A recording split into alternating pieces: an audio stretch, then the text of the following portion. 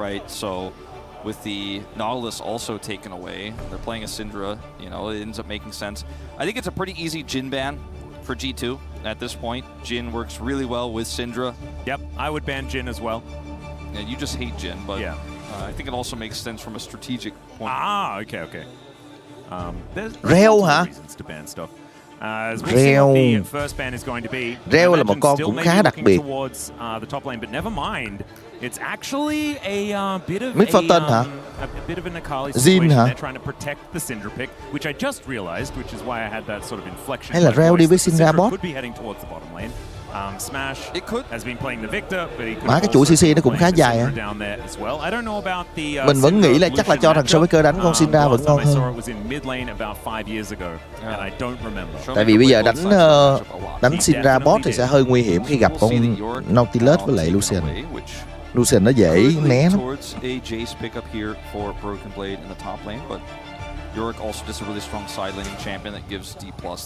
Leo thì Reo thì có thể ghép với lại Ms.Tiên và Jhin.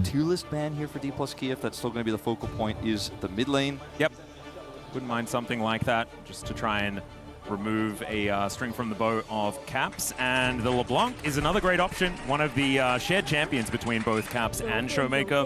Both of them absolutely fantastic. Syndra mid à? It might be just even a Showmaker decision since CV Max, I just don't want to deal with this. Còn lâu bây giờ châu làm gì có AD ngon anh em.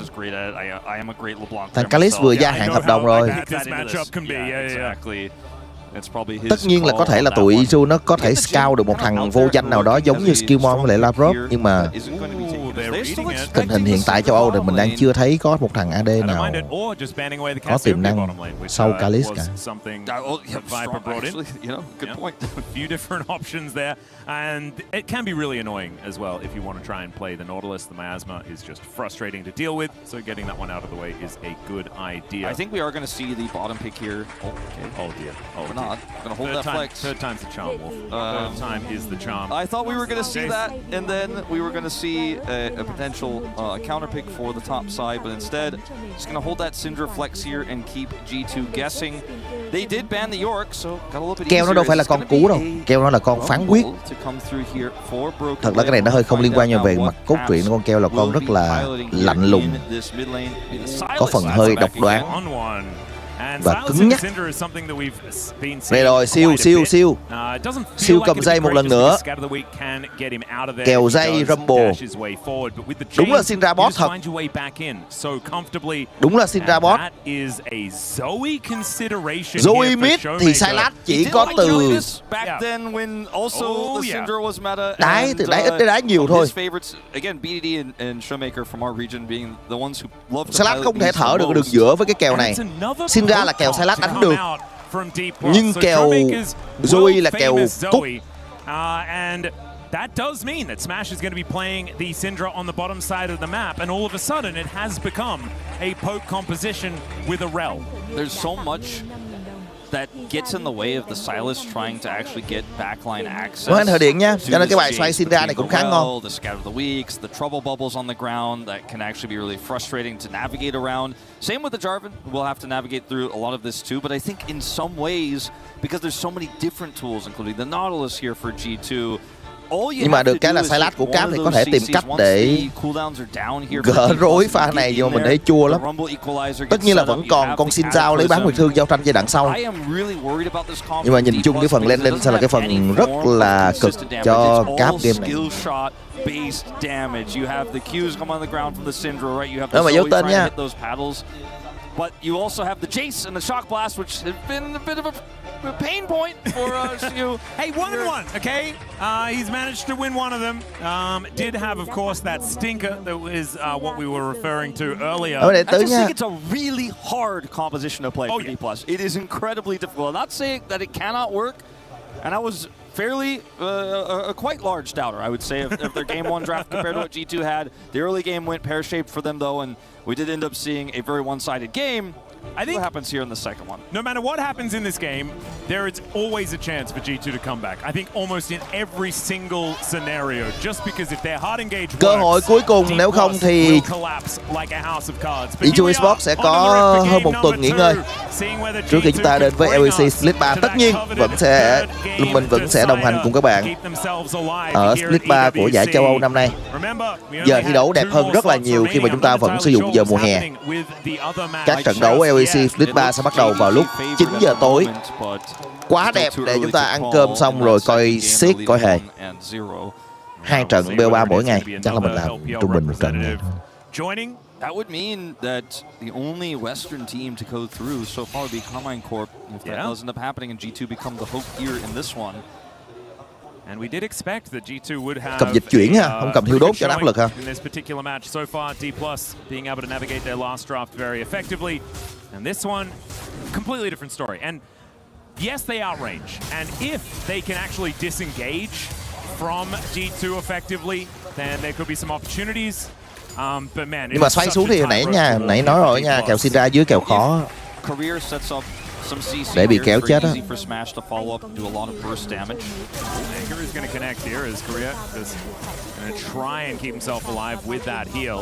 All of a sudden, that is now on cooldown. Chain's going to connect here. Showmaker does find the trouble bubble once that paddle starts. Các bạn donate nha, mình nghĩ thấy là mọi người cũng đang nạp tiền. Hồi đó bắt đầu. Cũng đang nạp tiền cố gắng nuôi game của chúng ta mà yên tâm. Hy vọng rằng cái đợt skin T1 này bán ngon. 2 củ 7 đúng không? Tối nạp tiền mua. Full set. Cú game. Góp phần cú game. 2.7 triệu ha. Hit abilities to actually do damage. He could just right click whenever there's an opportunity. So if Career and Smash miss, then it is going to be very difficult to play out what happens next. But you can see right now, control in mid and top. Bottom lane is definitely G2 favored. Yeah. And based on what we're seeing out of Smash, I'm like wondering whether actually he wanted to be a mid laner. Cả thanh xuân gì nó là one club man mà, nó là người thi đấu chỉ có một tổ chức thôi. Take a cheeky turret shot there as they do get the shove in. Checking out all of these lanes though, it's Caps that's really drawn the short straw in this one. Having to blind pick the Silas. Does have a bunch of ultimates that can work out. Like Crescent Guard, for example, is a brilliant one. Not to mention the Magnet Storm as well, if picked up in a team fight, can do a lot of damage. But the portal jump and being Jace is just not as effective. Là sao nè? Yeah. It used to be that being Jace's Silas was broken. Con mình hay chơi không chắc là con mình thích nhất. Always play that one, and it was very, very dangerous. And it looks like JDG did, by the way, end up winning that series. I mentioned they were leading when I last checked in, but it's finished already. Gala just absolutely obliterating that key, as you can see, picture in picture. So another one bites the dust. Đà Nẵng đúng không? Cảm ơn bạn đã cập nhật nha, có nghe với anh em nói. So this is the last spot. Zindong vừa mới nghiền kỳ xong của Made in Brazil rồi. Nhưng mà cái game này nó đang không bị nổ sớm nè. Một cái game đấu ổn định hơn cho đại diện châu Âu. Đội hình cũng khá là dễ vận hành đó. Góc đẹp. Góc đẹp. Gắn được. Hay quá.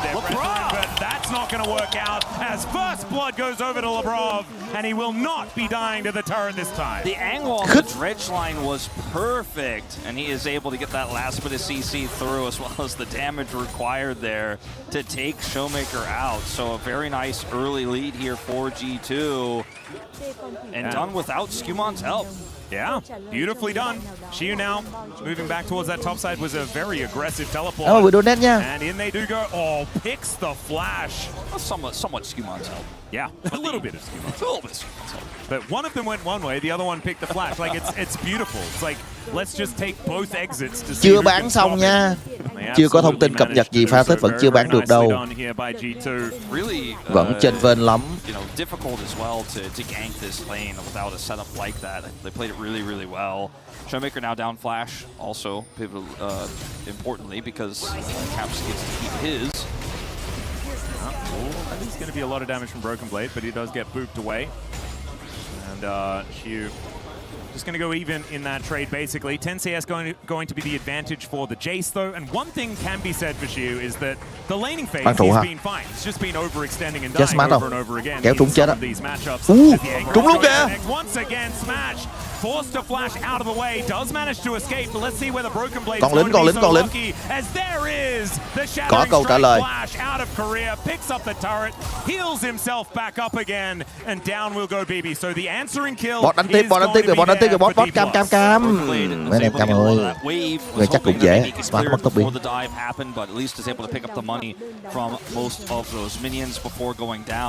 Không. Nạp tiền Liên bên mạng. Up there, going to be able to get some additional value, will be able to deny some more farm and experience. Ows. Yeah, that's painful. Showmaker going to need some resources to deal with him. As we saw before, they were able to get a kill on him, but when he's left to his own devices, will feel naturally strong. Làm rớp đang vô tay nha. Here, forward, does a lot of damage, and then it's a hex flash engage. Mình tưởng đâu phải nó móc vô tường chứ. Cảm giác của mình khi nó bay ra là cái móc đó là vô tường rồi đó chứ. Smash not going to have a whole lot of fun here. Does manage to get the scatter, but Smash will just be dancing around, gets ardently blazed, and will be taken out of that one. His broken blade also going to suffer on the top side. It's level 6 to clear the wave, but not quite able to do it in time, of course. All right, so it does mean that the gold leads on the map are Shiu on the top side of the map for DK, and Han Sama, who is in a great position towards this bottom side on the Lucian. As Labrov, let's see whether these heat-seeking anchors are going to continue working, because he has really started this game on the right foot this time around. And D+ miss a cannon towards that bottom side, not exactly the greatest times, and you know that a support is having a great time. Nó cũng đang ở khá gần châu Âu. Around the lane. Yeah, and that is generally the state that you want to be in if you're in control. It's just threatening non-stop because you have that tempo. Labrov's about to get his Hex Flash back, and he's going to go for it one more time. Yeah, over he goes. They did have that control ward in there, but Korea is still just going to get caught out. Crashes down in order to keep himself alive, but sacrifices a lot of his health bar. Now Caps is potentially in trouble here. Khó. Will push him away. Nhưng mà thua chỉ nhiêu đây thôi là Cap đang đánh rất hay rồi đó. Kèo này là phải chấp nhận đi đường thôi. Lát đánh giao tranh thôi. Thua như vậy là đẹp lắm rồi. For that extra burst damage to really take control of this mid game. Showmaker had a really good ward there, so was not going to be caught or baited into trying to look for a kill there on the Caps and runs face first into Skirmishes. So ends up being fine there. The ward is cleared. Now we move forward. Shiu is proxying the wave here, clearing this up as fast as possible, trying to further his lead on the top side. Do have Void Grubs spawning. And he wants to deny some farm here from Broken Blade, but Labrov again is ready to Hex Flash, potentially over this wall. Công chết. He's going real fast. There's the flash over the anchor. Hụt hai cái lao điểm. Gonna need to come up. Doesn't actually have to, as G2 back away pretty quickly. Skirmishes now finding Korea in the river. We'll be able to get that knock up onto the horse pants lady. Caps coming on over here as Showmaker was fresh off a reset. And this was not the time to roam. Nguy hiểm nha. Is picked up for the Silas. That's a phenomenal ultimate. Bắt đầu tới đoạn mid game con Silas nó nguy hiểm đó. Korea trying to look for a little bit of information or maybe even try to hold the wave there for Showmaker, but unfortunately for him, he is found at the worst possible time as, like you said, Showmaker was on that back, and now Skirmishes is going to be able to pick up this dragon, so we'll be G2 getting further ahead in this early game. It's really only Shiu that has that. Chắc nó có mỗi con giết thôi anh em. Thì nó thằng AD già mà giờ này bắt tập đánh sát pháp sư khổ lắm. Khác gì ruler đâu. Tầm này mấy anh em AD trẻ còn luyện thêm tướng được chứ mày AD già khằng như Han Sama với ruler giờ này bắt đánh AB boss đái. On Han Sama right now is about to hit level 8. G2 are kind of just winning everywhere with the exception of that top side. And we'll see whether DK can actually play through Shiu this time around, because we know he is a man that does tend to overextend. The rhyme was unintentional, but the meaning was intended. Korea moving down towards his bottom side to try and keep Smash alive as the anchor is going to greet him. Crashes down towards his awesome dude carry guy. Now Shiu needs some help, but Lucid's very far away. Không tốc biến nha, Lucid không tốc biến. Siêu không tốc biến.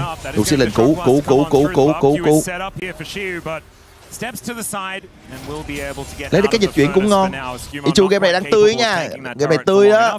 The teleport brings Showmaker over to make sure that they are going to be all right. As Smash, Force of Will comes down, but there is the great scatter to cancel the culling, and the Unleashed Power, dodge this, says Smash. And now Shiu, he's teleporting down. There's going to be another one. This Magnet Storm picks them up. It's Caps that locks down Korea though, but Shiu, he's got the auto attacks. He's able to find the damage, and G2, they flash away to keep themselves alive. Now they do end up getting away there very narrowly. As that scatter was not quite able to connect there, and Shiu did not have his shock blast back to look for another. It's going to be a tươi game này. Mình nghĩ có game 3 nè. Cảm giác của mình là có game 3. Nhìn cáp hai mạng biết tươi rồi. Hansama chỉ cần tròn vai thôi là được. Skillmon với lại cáp nhìn gánh được nha. No die can win Hansama ơi. Tốc biến có xài, tốc biến có xài. Đúng rồi. Chỉ như vậy thôi là được. Hansama pha này còn tốc biến ấy. Ending up blocking this off, and Hansama holds his ground. Just eats so much damage from that Q, and the ult comes through, and he just is deleted. And there wasn't. I mean, Caps was so far away. I don't know if Hansama would have been able to buy further time for Caps' TP had he just walked back there. Mới có một giải sa thải gì anh em? Dạo này anh em quyết liệt quá. They still end up losing out on the exchange in a big way. Hansama was forced to flash on return as well. So D+ down on gold right now, but only 900 and got a big win back. Yeah, and the flash không được anh em, mình là không bao giờ mà dối lòng ở trong việc mà đưa ra những cái nhận xét cả. Game này là mình nhìn là thấy là có game 3 rồi. Bú được thêm tí view, tí quảng cáo nữa. Cap múa may quay cuồng với con Salad, đẩy chúng ta tới tận cùng. We mentioned it's a bit like a tightrope to make this composition work, and if G2 continue to find the hard engages, the Nautilus is pretty good at, a Jarvan is pretty good at, then it could be real difficult. DK need to try and keep them at arm's length as best they can. This guy picked up here for Lucid, so now be able to match Skirmishes in that regard to big items. Nhìn Salad 2-0 sao thua anh em. Bây giờ cái phần landing Showmaker nó cầm dịch chuyển nó quá hiền, nó không đè được con Salad. Con Salad bây giờ vừa không bị đè banh đường giữa mà còn có hai mạng, tầm này ra đánh nhau sao tụi DK đánh lại. And very bursty, and if you don't end up getting those picks early, G2 outlast you. Pretty interesting stuff here as Showmaker will not hit this sleep. Yep, battles. The portal jump though will keep him safe over that wall. And it isn't too much of a worry as Caps just wandering around this mid lane. Đội hình hai pháp sư gặp Sylas thì cút thôi anh em. Đúng cốt truyện thôi. Real good time with his hex flash. Showmaker going to get caught out here. Does fall a little bit asleep, does Caps, but Showmaker gets the worst end of that trade. Yeah, it doesn't have TP either. Lucid's going to come over here and try to make something back of this, but Caps is already way out of there, so just going to have to go to his jungle. Cảm ơn người donate nha, mình đã nghe rồi, cảm ơn bạn rất nhiều. Ludens is completed here for Showmaker. That is certainly great news. We'll start to do a fair bit of damage if those sleeps do connect. That's the big one. He's already doing a lot of damage to some of the squishier champions here on G2's roster, and now has the ability to fight in this upcoming dragon if they can get control of it, or at least some space control here to allow him to get in there. Right now they have a lot of space. Đẹp nhất cho đội hình Guichu ván này nó sẽ là một con rồng đất. Để chút xíu nó con Salad nó vô nó quẩy gọi là tung liên minh huyền thoại đi ra đầy máu. Chính là một con rồng đất. A lot closer of a game and putting us on a 1-to-1 Drake score. G2 do not have a great entry chéo cánh hả? here, so it looks like this time around, unlike game 1, they will simply give it up. Yeah, Showmaker also picks up a locket, which is kind of a ridiculous item to grab as the Zoe. That's a real good one.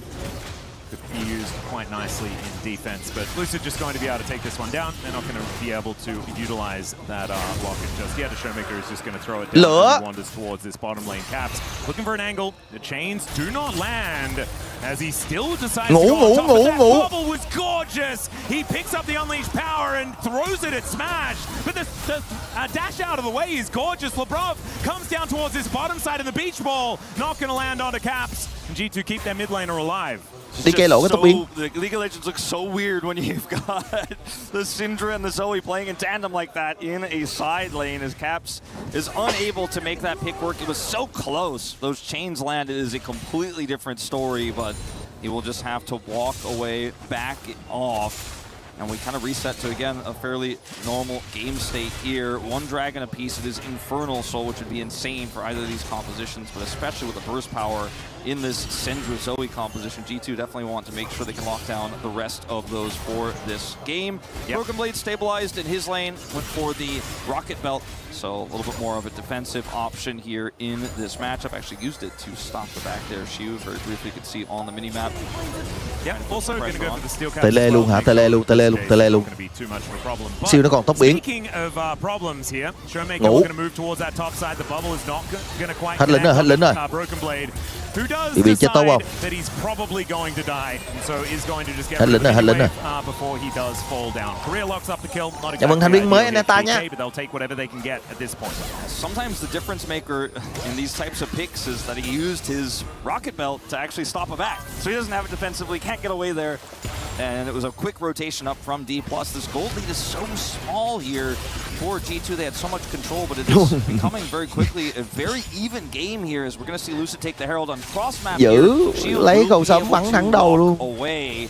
Yeah, wave is pretty thin, so I don't think they can get the full turret either. Yeah, not quite. So I actually thought that they were going to get that last plate. It's what I was about to say, but does not actually happen. So first turret does go over to DK. The Herald goes down as well. And that means that they pull the gold back in their direction just slightly. Cáo hơi ít năng lượng nha. Still do think that that tightrope that we were talking about before still exists.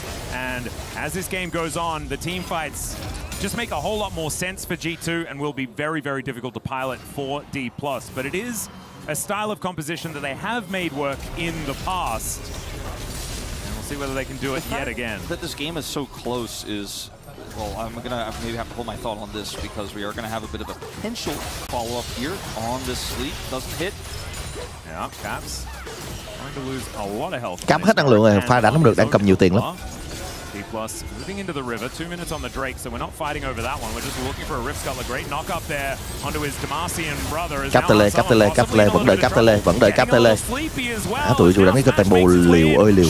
Down LeBron now. Skumon could be in a little bit of trouble, but Cap shows up. Massive health bar. He's also got the Xin Zhao ulti running, and Shiu has to get the heck out of dodge. And this is the problem. G2, if they're in melee range, they will kill you. Yeah, that's the problem. There's just no durability here outside of the Crescent Guard for Lucid. I mean, sure, career kind of tanky on the support here, but isn't going to last very long when there's that much firepower there for G2. And if Caps had been there a little bit faster, you can imagine how much worse this could have gone for D+. Nhưng Sylas vẫn bất tử. Guard is on their side as well, with Caps stealing that one away. And this turret will finally go down here. Be the second turret of the game, as the first did go over to D+, but it puts a much larger lead here into G2's hands. So it's very messy here for D+. Initially, a lot of CC goes down. The Crescent Guard buys space. Smash rotates over, right? You have that TPing Jace. There's no backbone. Nó chủ động đánh để đợi con Sylas xuống lụm luôn á chứ. Tại vì nếu mà nuôi được Sylas thì thật ra là điều kiện thắng của Chu vẫn ok. Cho nên là đổi quề theo kiểu này thì mình nghĩ Chu vẫn cảm thấy là lợi. Yeah, and they didn't even really have Smash and Showmaker available for that fight either, as it was just kind of the other three having a little bit of a skirmish for themselves. Great collapse from G2 to make sure that they could get that advantage. However, the advantage is not really even 1,000 gold just yet. The game is exceptionally close at 19 minutes. My problem is that maybe that's not going to be enough here for DK, as they do definitely want to start a snowball a-rolling to make this poke composition happen.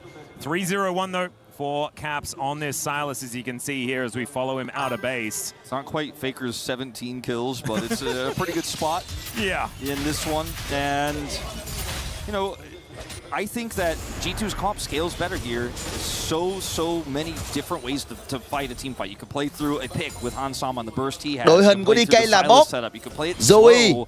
Zay. And now they have control of làm việc đi hai bạn. Plus they're the ones who have to aggress, and it's so much tougher with a poke comp when you don't have vision. As you can see here, D+ just cannot see where these two members are outside of Hansam on LeBron. Chưa bot điểm đánh rồi. BB là Rob, là bu đái rồi. And the Nautilus is just destroyed. It is going to be Shelly making her way over at the same time as Một món quà. Smash decides that Shelly should not charge. And we'll just give her a headache against the wall. Lucid going to be able to take down this dragon. Frustrating turning point potentially in this game because Herald's crashing mid. They got that on they the did manage top to get side. crashed. Never mind. And they're getting this turret down. Lucid nó tạt ngang cả, Lucid tạt ngang cả BB ơi. Over to D+. As this equalizer isn't going to necessarily help Broken Rồi. Thì ra 20 phút tắt não không phải là DK. Có vẻ như đội tắt não đoạn mid game không phải là DK.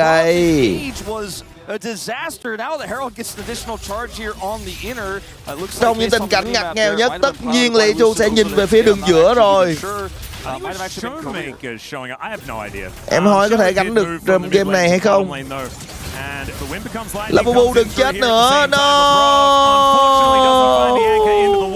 G2's falling apart. To take him down. Yeah, exactly. This is not looking very good. After the early game was played out beautifully, right? And if they just kept it stable, it was probably going to be all right. And honestly, 1,000 gold, it's not over just yet, but certainly some issues starting to form. You know what I want to say, and I've been holding it in. Okay, well, you know when you're playing Zoe, and that mid turret goes down, Atlas. Oh, the Zoe turret, Wolf, that was your first color point in your entire career, like 8 years ago or something. I know, it's been like 5 million years since we got to talk about it, but when the mid turret goes down, you have a Zoe comp, especially when you have a Syndra also in your bottom lane, which isn't normal, but for D+, it's what they have. It's hard to be on the map. It's hard to be Skewmon trying to clear your camps. It's hard to be Lebrov trying to set up vision because if you don't have those turrets to fall back on, it becomes incredibly oppressive what D+'s comp can do. They have that anh em bình tĩnh. Lưu, cái niềm tin mà Lưu đặt vào game này không phải là với tư cách một tập thể, mà là đặt vào con Sylas của Cap. Cũng không phải là đặt vào Hansama luôn, chắc chắn là không.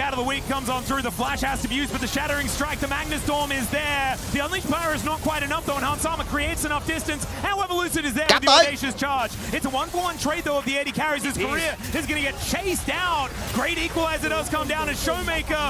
Hey.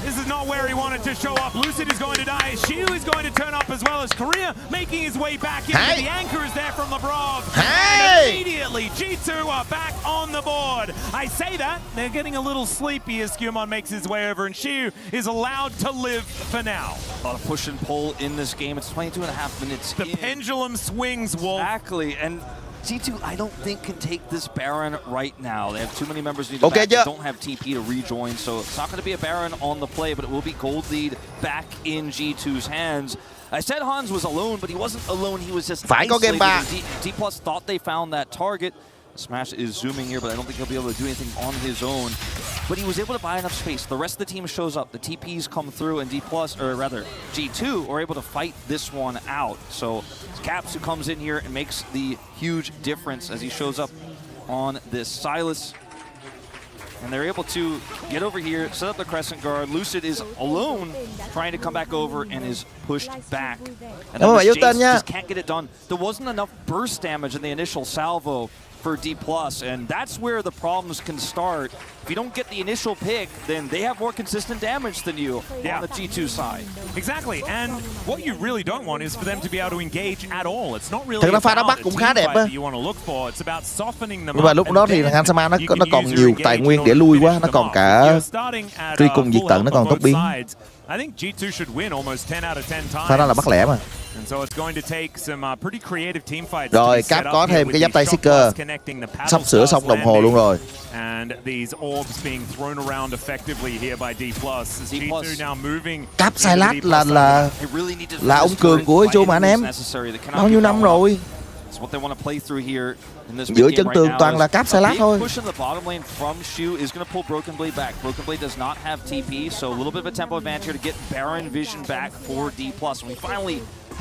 Em mà vừa donate nhá. G2 keeping it interesting after it looked like maybe they were starting to fall by the wayside, but D+ now getting a lot of vision around this Baron, a lot of map control still there. They still have that mid turret. As we're looking for that third item for Hansama. That is the main focal point here for G2. Once he has the IE complete, he is going to be a monster. He really will. Smash is also looking for his as Caps just gonna immediately engage, finds the Crescent Guard. Showmaker able to create enough space to get out, but the depth charge is doing so much work. Caps diving on forward. That is gonna be Lucid falling. Crashdown gets him out as there is the unleashed power. One kill back here for D+, as the scat of the week I don't think should work on G2 right now. They ain't looking weak at all. No, I don't think so. Jungler's down though, taking this dragon with enough damage here from Hansama, and a retreat from D+ is looking very difficult to contest here for the side of D+, and they can't do anything cross-map. There isn't any cross-map to take, so even though they got a kill back, D+ are not going to really be able to get anything in exchange. So that's going to be 2 apiece on the Dragons. Pretty close game here. Hansama picked up some additional gold in the fight. When all the cooldowns are gone, đúng rồi, đội nào thua sẽ bị xóa, sẽ bị nghiền cái chìa khóa của mình. No more threats. There's nothing that you can do. Hansama gets stunned here by the scatter, and he's like, all right, that's it. Everything's down. I'm walking forward. Skumon's going in. He's going to trade his life here for all of that damage onto Shiu, and that's all G2 need to go over and take the dragon. And DK, I feel like they need to slow things down, right? I feel like they need to find a pick, find an angle before these fights happen, but Caps isn't letting it. As he dives over and starts. Có giải cứu DK thì cũng không thể dễ dàng đến như vậy được anh em, làm gì có chuyện mà là Phật sống 2-0 cho tụi bay sống dễ như vậy được. Phải game 3 các em à. Đời này làm gì có cái bữa trưa nào miễn phí. It's one of the things that's most terrifying for D+ is that consistent damage output from Hansama. The next thing they'd be worried about is if they lose vision control over this Baron, because the turn is fierce from G2 and they can't poke what they can't see, as this turret in the mid lane is so important. And they are going to keep it alive a little bit longer, but it is very, very, very. Tới game 3 bích nhất xạ tứ nô đánh xoay quanh Hansama đẹp luôn. Now looking to push down as a little bit of a stun onto Broken Blade. Hansama poking his head in. The trouble bubble is going to go wide. Now Shiu is going to walk over Vision. The rest of G2 are going to respond as Hansama takes that shock blast. Flash out from Labrov as G2 just trying to escape. Bubble is fantastically placed, but G2 are just going to split and walk away. Fighting without Caps is not what G2 want to do. He wants to hold on to that teleport in order to play these side lanes and allow that Baron's threat to remain. Yeah, really nice play here from D+, getting over there. 4 rồng chia đôi hả? Game căng ác đó chứ. 4 rồng chia đôi là còn lâu. So much burst if it can, you know, be set up properly, and if you could see where G2 are and you could soften those members up like you said, that's how this is going to have to be played here. Giờ vấn đề cũ rồi, đội hình bốc của DK bây giờ gặp con Slash nó xanh rồi. Nếu như mà không bốc được thì con Slash nó vô nó đánh nhau, chắc nó quét sạch xong nó vẫn còn sống. Có đàm giết không?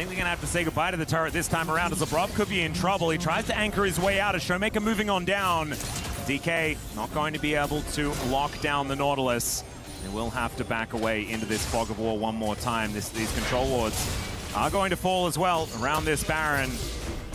Lucid just wanting to clear out his camps, get things ready for a potential setup around the Baron. The thing is, I don't think G2 can do Baron either. No. I think doing Baron into Zoe and a Jace just sounds like a really horrible thing to try and They have great turn though, because they've got a Silas, right? They have this Jarvan. Yeah, they have to turn instantly. And if they make their way over. If they get vision control and D+ have to kind of walk towards it and they don't have any poke, it's so phong độ thay đổi đó anh em có gì đâu. Đang được bù lại bằng một ván đấu của Cap đây rồi. So that's why right now the D+ like we have to put everybody on Baron, get all these wards cleaned up, get our own wards in there. And so G2 can play around getting vision, they're getting the rest of the map. Getting vision on Baron, they're getting the rest of the map. Because D+ always have to answer that vision. So G2 are doing such a great job. Bây giờ chúng ta sẽ có mặt truyện DK tự giải cứu bản thân bằng một cái hành trình chông gai ở tứ kết hay lại chui sport lại tiếp tục hành trình săn Hàn Quốc và vào trong là ê hề Hàn Quốc luôn. Nếu như mà chui sport thắng trận này là thắng thêm một thằng Hàn nữa. Trong quá trời Hàn Quốc đang đợi. Kịch bản nào là cũng tươi hết anh em. Sometimes can do absolutely nothing in a fight, other times solo win. And we'll see which version Showmaker is going to be able to be as we get further along. Là bù câu chiêu. Cap đáp xuống. Cap đứng yên. Tí nữa thì Cap đái. POV Cap. À không, POV Hansama dính cái bóng ngủ. Đái rồi. Showmaker dancing around the battlefield and a BB sleepy rumble thiếu is đam. gonna get taken out by Battlestar. There is the Zoe I was talking about, and Showmaker making it look easy. That last auto there from Showmaker to take him out. Cám nó tele góc xấu quá, nó xuống nó chưa kịp lấy cái gì á, nó gần chết tới nơi luôn rồi. In the initial engage from Career, because Career was always fishing. He was looking, he's like, I really want this flash out of Hansama because then the fight becomes so much more playable for us. We'll dodge this one, but Lucid's still here. Yep, stolen flash gets Showmaker over there, dash cannon in. There is the ulti to come on through from Lucid. Không cứu được. Going to be taken down, and Showmaker looking for another one. Unfortunately, the minions are here, Đồng so ba. is not going to land. The cap Shut down rồi đó nha. manages to get the Crescent Guard, and then just dies. Showmaker just taking over this game suddenly, Atlas, as G2 Is fans. this 2020, man? Is it 2020? Like, pinch me. Which year is it? It feels like it is. And so watch Nè, this tele xấu quắc à, đâu có góc để làm gì đâu. Nhấn đại cái tele vô, không có góc nào đẹp hơn. Không có kịp cướp cái gì hết. And then you see, as this fight goes on, more and more of these skill shots coming out from Showmaker. Hansama has no flash, and then, boom! Smash gets the hit on him. He has no flash, he's slept, and Showmaker will take him out with that final auto. And Broken Blade is just left by the wayside. It was a good turn there from G2 after the initial salvo, but Showmaker and Smash, the double mages played it so well, and once Hansama is down, the fight is a wash. Yeah, there's nothing that they can do. I have to say, the equalizer left a little bit to be desired, right? DK never really wanted to be where it was, and Caps found himself just right in amongst it. And I like the idea, I like the plan, because they do not want to give DK time to poke them out. The problem is, you also need to have a good setup in order to make these team fights work. And D+ holding it at arm's length, utilizing Lucid and the Crescent Guard, the Magnet Storm for the extra CC, and then Smash able to get these orbs down and scatter the G2 members all over the mid lane. It was beautiful to watch. And we said, like, D+ has practiced with compositions like this. The thing is, it's just always quite difficult to play. The thing is, they are managing to walk it. They are still on that tightrope, and they are taking down the structures on their way. This whole point with Infernal Soul, with how Showmaker is playing, with the double Void Staffs, you know, we're pushing towards Death Caps coming through here for these mages. So much damage on the table here. Hansama's still flashless, right? He needs to be incredibly careful. G2 going to come over here and clear up some Baron Vision. They'll never be able to clear that Scuttle. So the same sort of ring around the rosy they've been playing isn't necessarily going to be an option here. Oh, Bubble going to connect there onto the Nautilus. They have to stand in front in order to save him as the Paddle Star somehow goes wide. That is a massive damage. That is also a sleep onto Hans. Thankfully gets back into the fog of war in order to keep himself alive. And Wolf, at the back of all of that, they managed to pick up the Drake as well. And I think Drake control is so incredibly important for poke compositions, because otherwise you're going to get pulled around the map. Soul Point now picked up for DK, and they are the ones with that tempo control. It's just the fact that they were able to get all that gold back, get that dragon, means that G2 just don't have the same chokehold control over this game, as Career is a bit too far forward trying to clear this ward. Yeah, going to get chained up. There is the Magnet Storm as well, as he's looking to try and escape. He's relatively tanky as he flashes out the way, but that does mean that this Cataclysm is going to hold him in position. That equalizer so much better. Hansama gets the laser beam out to take down the Jace. Nhưng mà ăn con Baron này vẫn nguy hiểm nha, tại vì đội hình bốc. Ăn con Baron này vẫn ghê lắm. Remember, they do have a lot of very annoying poke, especially if Showmaker is alive. Dần sao. Ăn luôn. They're going to now put Hansama with this 4-item Lucian to work on the Baron, and I don't think D+ can contest easily. Lucian has GA, and he is heading over. They see some zone control, but Lavrov is so low. DK làm gì? DK bỏ hả? DK bỏ. A little bit sleepy is Caps, but he goes golden, and Showmaker able to flash out of the way, utilizing the flash that he stole earlier. And so the Baron going to be picked up by G2. Not a whole lot of response here for DK, as a minute and a half left on this Dragon means Vũ Đẩm, thằng nào mới donate Vũ Đẩm? Thọt cái tay vô quần, mò vô thử coi còn không? Thằng Vũ Đẩm, thọt sâu vô, móc kỹ vô coi còn không? So it all starts off here. I mean, this is the first domino to fall. His career, this is what we were talking about. If you don't have vision control on this Baron, you have to get it. Career is over here trying to take it, but G2 was thinking one step ahead. They are able to capture this well. Now, at the cost of a lot of these abilities, including Skumon's ultimate, but when they get this pick here onto Shiu on the other side, who's trying to set up a flank, it's the go button to Baron. And even though LeBron was low, they were able to secure it. They're looking for more. If they get a pick or two here, they could potentially bring us to 3 right now. Yeah. We're 35 minutes into this game. There's a lot of crystals on these turrets as well as Caps.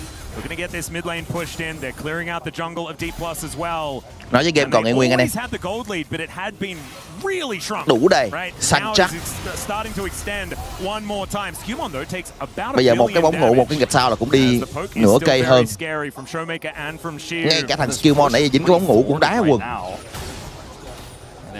Thêm con rồng lửa nữa chắc là ỉa thì.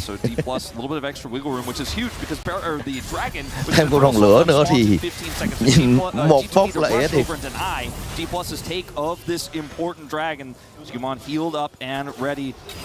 The thing that I'm scared about, Wolf, is that there's a Rabadon's death cap on Showmaker. If he hits anyone with that sleepy trouble bubble and the paddle star lands, they may just die. Sao mấy cơ hồi nãy là cái nó xài cái tốc biến lụm cho nên nó vẫn còn tốc biến. Yeah, the bubble is on the ground as there is that death cap you were talking about. The teleport right into this mid lane as Caps. He's got that crescent guard once again. It is going to be very dangerous. Hex Flash gets LeBron in there, but the scatter comes on down. Great Magnus Storm there from Korea. Heads to the sky as he goes, and Hans is dead. Caps finds the angle as well. A 2 for 2 so far, and they do eliminate. And now Showmaker trying to dance around the battlefield. He finds the angle. He picks up all of these flashes, and Lucid is there. The 3 Talon strike. Caps knocked up mid-dash, and now it's Showmaker able to make it look silly, and the ace is picked up. D+ Kia make it happen in the river, and they're going to see whether they can walk up this mid lane and break open the base. They absolutely will break open this base. The shake of the head of that G2 fan in the audience, I think can be felt around the world as Hansama is deleted in the fight. Dùi đánh nhà cũng nhanh đó nha. 40 seconds for Caps, 20 on Hans. 19. This inhibitor. Làm rớp ra. Absolutely, but they may even put some damage here on these Nexus turrets. LeBron going to come up here and try to buy time. Yeah, they're going to look to try and end the game. 10 giây. Nhưng mà linh hồn rồng lửa thì cũng đái. Can just head on over towards this infernal. Remember, like an infernal soul. Linh hồn rồng lửa. Kind of ideal. And so DK going to get on over there and see whether they can grab Skirmishes giờ mới hồi sinh. I really thought that it was going to be a G2 freebie. Rin. And I don't even know. Like, I want to watch that fight back again, but I don't know if we have time to, because we're going to go straight into this Infernal Soul potential contest here for G2. I mean, it's not an ideal situation, but they've got to try something. Cáp có tele. Cáp tele thẳng luôn. This dragon from going up this Skirmishes in a good position here. That's an aggressive teleport here from Caps. Does pick up the trouble bubble as Zuprov is already down to about a third health, and maybe nothing as the Magnus Storm picks up 3. Got into the back line, and he is immediately put down towards that GA. Đá rồi. DK vào vòng trong. And look at Showmaker just skipping around the battlefield, and they will kill him once again, and now start that walk over. Yeah, they have the super minion wave here. No Infernal. Chúng ta sẽ có đủ 4 đội LCK. Double mage comp is going to work here for D+ as they will knock G2 out of the esports World Cup in 2026 with a 2-0. Bị nghiền ký. What an unbelievable performance in back-to-back games, different styles, and just made it look so nghiền ký xong bốc thăm luôn nha anh em ơi, bốc thăm tứ kết luôn nha. We were transported back to when he was that world champion in 2020, when he was so dominant in 2021. It was off the back of champions like this, and since then, he has had games like this spread throughout. But man, I was not expecting it here on the EWC stage. Everybody had a part to play. The scatters